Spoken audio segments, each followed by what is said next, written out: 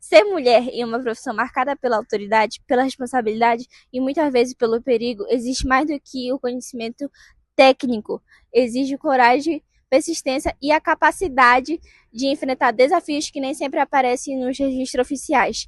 Hoje, o Mulheres em Off, retrato da invisibilidade feminina, conversa com uma mulher que ocupa um espaço de liderança e que também carrega uma história de escolhas, desafios, conquistas e superações. Nossa convidada é a delegada Ellen Gomes. Olá, me chamo Angelina Guimarães Gama, sou estudante do Colégio Mapaense e estamos aqui entrevistando a doutora Ellen Gomes. Doutora, antes de conhecermos a delegada, queremos conhecer a mulher quem é a Ellen Gomes, quando está longe do trabalho e da farda. Bom, hoje eu sou mãe também, né? Já fui estudante como vocês, estudei bastante, me dediquei, inclusive para passar nesse concurso, né? Para essa carreira. E hoje eu sou, além de delegada, eu sou esposa, sou filha, né? E, enfim, hoje eu me dedico à maternidade, à minha filha. Uhum. E quando você era criança, ou adolescente, imaginava que conseguiria uma carreira como essa? Não imaginava que eu seguiria nessa carreira, né, policial. Eu terminei o ensino médio, né, e já iniciei os estudos na Universidade Federal, no curso de Direito.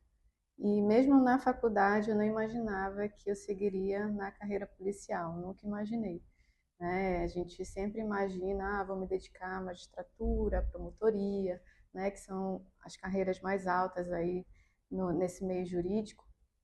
E nos estudos em si é que foi surgindo essa ideia e as oportunidades também, né, de concurso. E aí, quando eu comecei a seguir nesse rumo, eu comecei realmente a ver que eu tinha vocação para isso, né? Para me dedicar à carreira policial. Inicialmente, eu estudava para os cursos no âmbito federal, né? E aí surgiu a oportunidade do concurso aqui no Amapá, na minha cidade mesmo. Então eu abracei essa oportunidade, me dediquei bastante. E aí, graças a Deus, hoje eu sou delegada aqui do meu estado. Tá bom. É, a gente queria saber se existe alguma pessoa ou experiência que tenha sido decisiva para você escolher essa profissão. Olha, uma pessoa até que não, mas eu acredito que o meu pai ele é policial militar, né? Ele é oficial, ele foi oficial da Polícia Militar. E esse ambiente militar eu sempre admirei muito, né? A dedicação, a hierarquia, a disciplina. E mesmo dentro de casa, meu pai, ele sempre levava essa experiência, né? Essa determinação, essa disciplina para mim e para o meu irmão. Então, isso de alguma forma me inspirou muito a me dedicar para os estudos, enfim. E talvez também tenha me influenciado para ter coragem de seguir nessa carreira policial. Em algum momento pensou em desistir desse caminho que fez você continuar? Olha, teve um momento assim que eu me deparei com muita dificuldade, assim, que a gente pensa que a gente não é capaz, né? O meu concurso, nós tivemos diversas fases para poder ser aprovado, né? E uma delas era a prova oral. E quando eu comecei a ir passando as fases do concurso e chegou nesse momento crucial, eu realmente fiquei um pouco assim com medo mesmo, medo de enfrentar, de não saber o que iria acontecer, de ter que falar em público, porque a prova ela é aberta ao público, então a gente não sabia quem estaria ali e, enfim, e aí algumas vezes ali durante a caminhada de estudos eu me deparei com esse medo, né, com essa angústia e também com essa ideia de que eu não era capaz. Mas mesmo assim continuei me dedicando, continuei estudando, fui fazer a prova. Quando eu cheguei lá, vi que foi uma coisa muito tranquila, né? O ambiente me tranquilizou. E hoje, por exemplo, eu dou palestras em escolas, eu dou entrevistas, né, na televisão, na rádio, podcast, enfim. E eu olho para essa menina lá que estudou, né, que estava estudando para concurso, e a gente vê o quanto a gente é capaz, sim, né, de muitas coisas. Então a gente precisa ter coragem para enfrentar, não ter medo. A sociedade ainda costuma associar autoridade, liderança e poder à figura masculina. Você já sentiu que precisou provar sua competência mais do que um homem precisaria? Sempre, infelizmente. Embora eu exerça um cargo, inclusive de chefia, né, na minha delegacia, principalmente nesse âmbito policial, a gente vê que é um ambiente assim preponderantemente masculino, né? De exigir ali a força física do policial, enfim. Então muitas mulheres, infelizmente, ainda sofrem esse preconceito, né? Independente do cargo que você esteja. Eu sofri isso, mesmo como delegada. Algumas pessoas questionam muito o fato de ser uma mulher que está exercendo ali a profissão, né? Como eu falei, nesse âmbito policial. E aí a gente tem que mostrar mais ainda a nossa competência, realmente. Então eu sinto, sim, eu senti isso e eu acredito que muitas mulheres ainda passam por isso. Já aconteceu de alguém questionar sua capacidade simplesmente por você ser uma mulher? Sim, como eu falei, não só de homens, né? Mas também de mulheres, de modo geral. A mulher num cargo de liderança, ela é muito questionada no sentido da capacidade, da competência, pelo simples fato de ser mulher. E eu senti isso na pele, principalmente no início, que eu era um pouquinho mais jovem, né? Uma pessoa jovem, mulher, num cargo de liderança, e isso ainda é muito questionado ainda pela sociedade, infelizmente. Há um certo preconceito, sim. O que as pessoas imaginam sobre a rotina de uma delegada que não pode corresponder à realidade? Olha, eu acredito que seja a questão operacional, né, da polícia.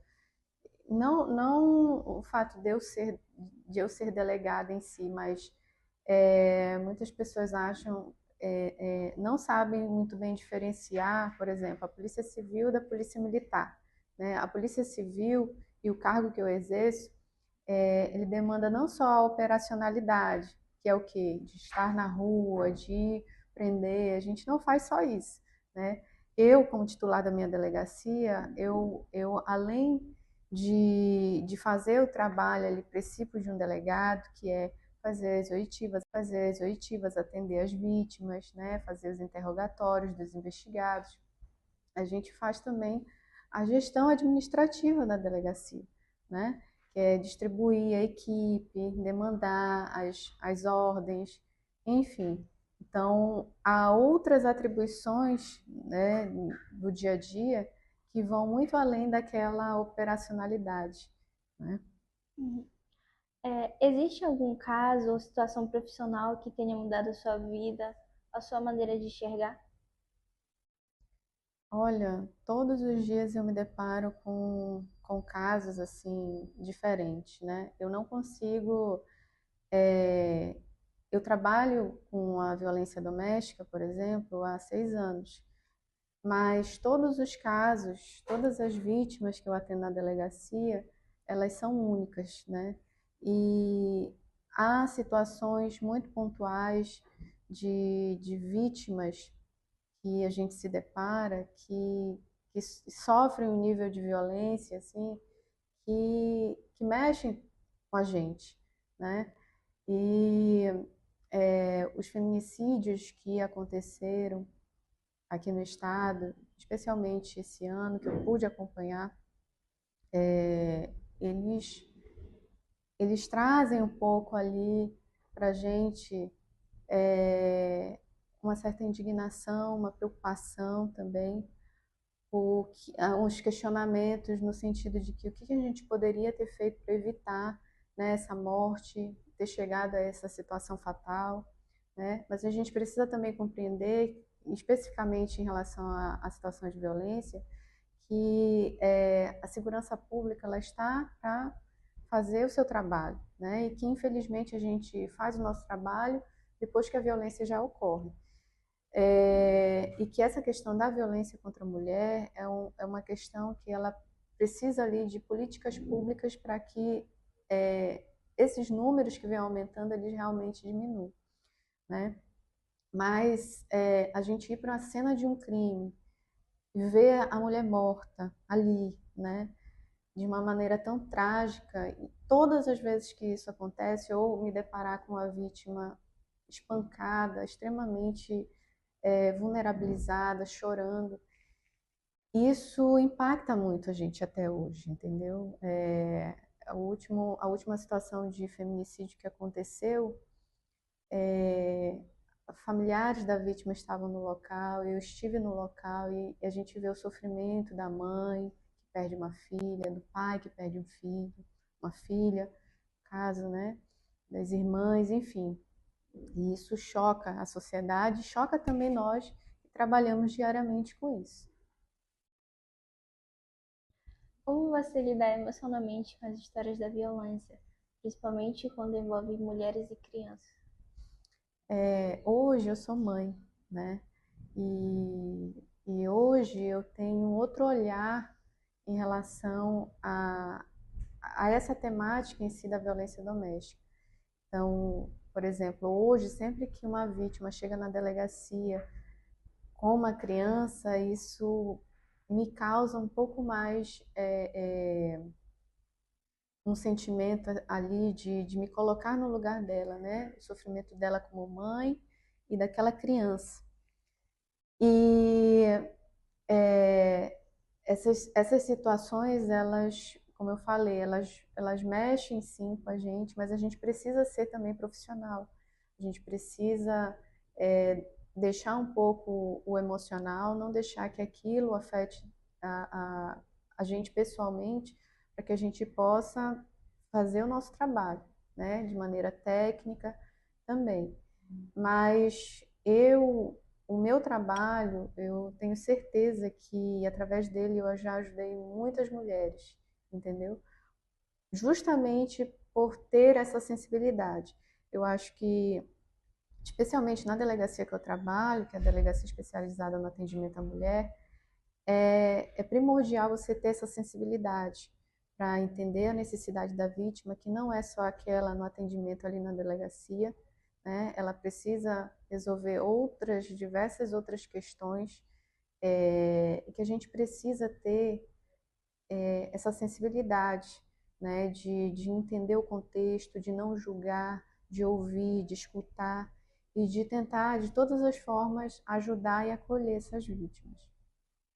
É possível separar completamente o profissional da pessoa que chega em casa depois de ouvir histórias difíceis? Depende, né? Algumas situações é inevitável a gente não levar, né, não mexer um pouco com o emocional da gente. Mas como eu falei, a gente precisa ser profissional, né, para não deixar que aquilo acabe contaminando, né, de certa forma, a nossa vida pessoal. Mas, por exemplo, meu esposo é delegado de polícia também. Então, muitas situações que acontecem no dia a dia do meu trabalho, e tanto no trabalho dele também, a gente acaba conversando em casa, né? Chega em casa e conversa. Talvez se ele não fosse delegado, não sei se realmente eu falaria sobre as situações que acontecem na delegacia, né? Mas há muitas questões que é do dia a dia das pessoas e que a gente acaba ali comentando um com o outro. Mas eu prefiro assim não deixar que certas situações muito tristes acabem ou estressantes, né? Porque na delegacia a gente só lida com problemas, né? Com o problema das pessoas. Então, eu evito deixar que essas coisas realmente sejam trazidas para o meu ambiente familiar. Muitas mulheres vivem situações de violência durante anos sem conseguir pedir ajuda. Na sua experiência, por que isso acontece? Infelizmente, muitas mulheres elas vivem o que a gente chama de ciclo de violência, né? E na maioria dos casos, por exemplo, de feminicídios que aconteceram aqui no nosso estado, muitas mulheres nunca sequer registraram um boletim de ocorrência, nunca procuraram ajuda. E a mulher, especialmente quando ela vive um contexto ali de um relacionamento amoroso, ela dificilmente consegue enxergar que ela está vivendo num relacionamento abusivo. Além disso, existem outras questões que influenciam a mulher nessa decisão de romper ou não esse ciclo de violência, né? Como as questões de dependência emocional, né? Dependência financeira, muitas vezes do companheiro, tem a questão dos filhos, porque muitas mulheres elas não têm como sair desse relacionamento e acaba que pensa duas vezes antes porque tem os filhos para cuidar e ela não vai conseguir, mesmo que ela trabalhe, como é que ela vai ficar com as crianças sozinha? Então são muitas questões, né, abusivo. Além disso, existem outras questões que influenciam a mulher nessa decisão de romper ou não esse ciclo de violência, né? Como as questões de dependência emocional, né? Dependência financeira, muitas vezes do companheiro, tem a questão dos filhos, porque muitas mulheres elas não têm como sair desse relacionamento e acaba que pensa duas vezes antes porque tem os filhos para cuidar e ela não vai conseguir, mesmo que ela trabalhe, como é que ela vai ficar com as crianças sozinha? Então são muitas questões, né, que acabam influenciando essa mulher a não procurar ajuda, a não denunciar e continuar vivendo uma situação de violência. E, por exemplo, na delegacia, eu sempre oriento os policiais a não exercerem nenhum tipo de julgamento nessa decisão da vítima, né? A gente precisa apoiar, acolher, e não cabe a nós julgar a decisão da vítima. Muitas vezes, muitas pessoas falam assim: ah, ela gosta de apanhar, ah, ela gosta de viver nesse relacionamento violento. A mulher não gosta, ninguém gosta de viver, né, sofrendo num ambiente violento ou abusivo. Mas há outras questões, né, que influenciam, como eu falei, na decisão da mulher e que infelizmente nós não temos como ficar lhe julgando, né? E a polícia, o judiciário, o Estado não está aqui para interferir no relacionamento das pessoas, né? Na convivência das pessoas.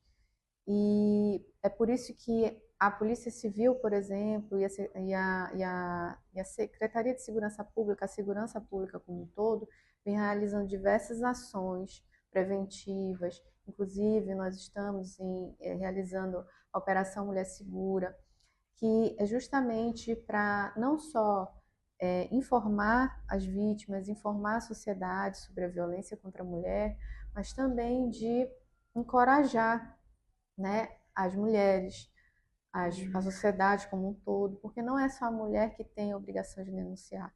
Qualquer pessoa que presencie uma situação de violência pode denunciar. Você pode estar ali salvando a vida de uma mulher. Então, a mulher passa por esse ciclo de violência e que acaba influenciando ali na decisão dela de denunciar e de romper essa situação de violência. Quais são os sinais de uma relação que pode estar caminhando para uma situação de violência? Olha, existe esse ciclo de violência, como eu falei, né, que foi um estudo que foi realizado, né, que identificou um padrão. Então, dentro desse padrão, existe ali, inicialmente, certos comportamentos que já dão alerta de que aquele companheiro é agressivo, né? Como, por exemplo, durante as brigas, já ali ter um xingamento, as brigas excessivas, ou, como muitas mulheres falam, ah, ele só está com ciúme, mas ele não permite que a mulher saia com determinadas roupas, né, proíba ela de visitar familiares, de visitar amigos, controla o celular, as redes sociais. Então, essas condutas de controle excessivo, né, de posse sobre a mulher, elas já são um alerta ali, né, para as mulheres de que aquela situação ela pode vir a escalar para uma violência, né, para uma situação mais grave. E aí, dentro do ciclo da violência, esses atos ali começam, né, numa situação de tensão, depois passa para o ato em si de violência, que é a segunda fase do ciclo.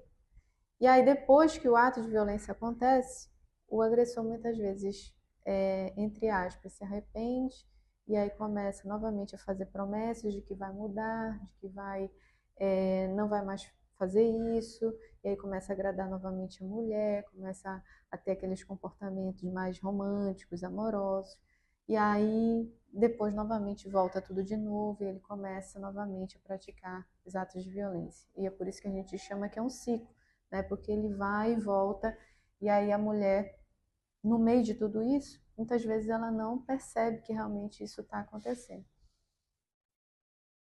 Por que tantas mulheres ainda sentem medo ou vergonha de denunciar? É porque, assim, é muito difícil para a mulher expor a intimidade dela, né? De procurar uma delegacia para dizer, ah, o meu marido, ele me xinga todo dia, ah, o meu marido, ele me ameaça, ah, o meu marido me bateu, né? Isso é muito constrangedor para a mulher, muitas vezes, procurar a delegacia para denunciar. Ou então, como eu falei, há outras questões que impedem essa mulher de procurar ajuda, que é a questão dos filhos, né, da família, da vergonha de haver uma separação.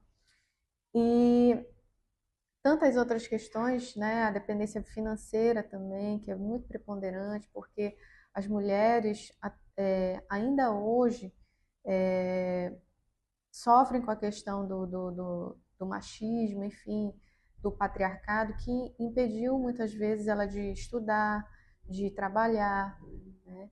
E existe muito essa concepção de alguns homens de que as mulheres elas precisam cuidar dos filhos, que elas precisam fazer só os afazeres domésticos e que ela não precisa se dedicar a estudar, a trabalhar. Então, eu posso dizer que muitas mulheres, por exemplo, que procuram a delegacia, elas têm uma dependência financeira, principalmente, do companheiro, né? E aí você imagina, poxa, eu dependo dele e eu vou lá denunciar, ele vai ser preso, e aí, como é que eu vou ficar, né? Então, todas essas questões impedem a mulher de procurar ajuda, de denunciar, de ir numa delegacia, infelizmente. Você gostaria que todas as mulheres soubessem antes de enfrentar uma situação de violência? Eu queria que elas soubessem que elas precisam ser respeitadas, amadas, que elas não podem se submeter a uma situação de submissão, de violência, né? As mulheres, elas não devem ser submissas a ninguém, nem aos homens, nem a ninguém, né? Que a mulher, ela tem força, que ela tem coragem de enfrentar o que for, né? E que ela não está sozinha. Existe hoje uma rede de proteção que está à disposição dela para que ela receba apoio, ajuda, se ela estiver numa situação de violência. Mas antes mesmo disso, ela precisa ter amor próprio, né?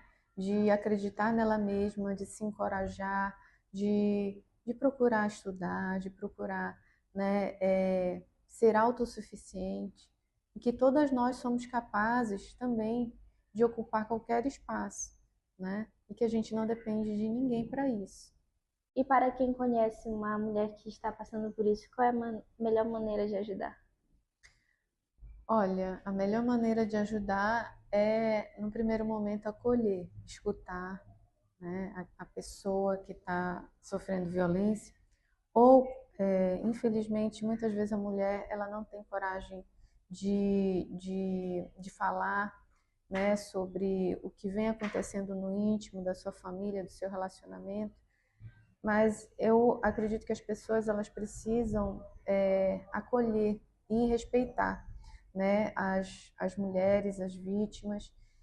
E eu queria também dizer que as mulheres elas precisam denunciar, a sociedade em si precisa abraçar essa causa, porque só assim a gente vai conseguir realmente que as mulheres elas se encorajem para denunciar, para que também os agressores eles não fiquem impunes, né? Nós temos hoje uma ampla gama de legislações que protegem as mulheres, mas infelizmente os índices de violência eles só aumentam. Então, a gente precisa meter a colher, né? Que a gente fala, né? Relacionamento, né? Em briga de casal não pode meter a colher, pode sim, a gente deve, porque, como eu falei, a gente pode estar salvando a vida de uma mulher. Então, eu queria deixar esse recado, né? A importância de denunciar, a importância da vítima e de toda a sociedade de denunciar. Muito obrigada por vir para o canal. Hoje conhecemos não apenas a delegada Ellen Gomes, mas também a mulher que existe por trás do cargo, da responsabilidade da autoridade. Uma mulher que, como tantas outras, precisou fazer escolhas, enfrentar desafios, superar obstáculos e conquistar o seu espaço. Porque por trás de cada profissão existe uma história. E por trás de cada história existe uma mulher que merece ser ouvida. E muito obrigada por estar aqui participando do nosso canal.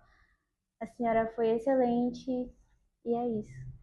Muito obrigada pelo convite, foi um prazer participar aqui com vocês. Muito obrigada pelas palavras e a gente está sempre à disposição.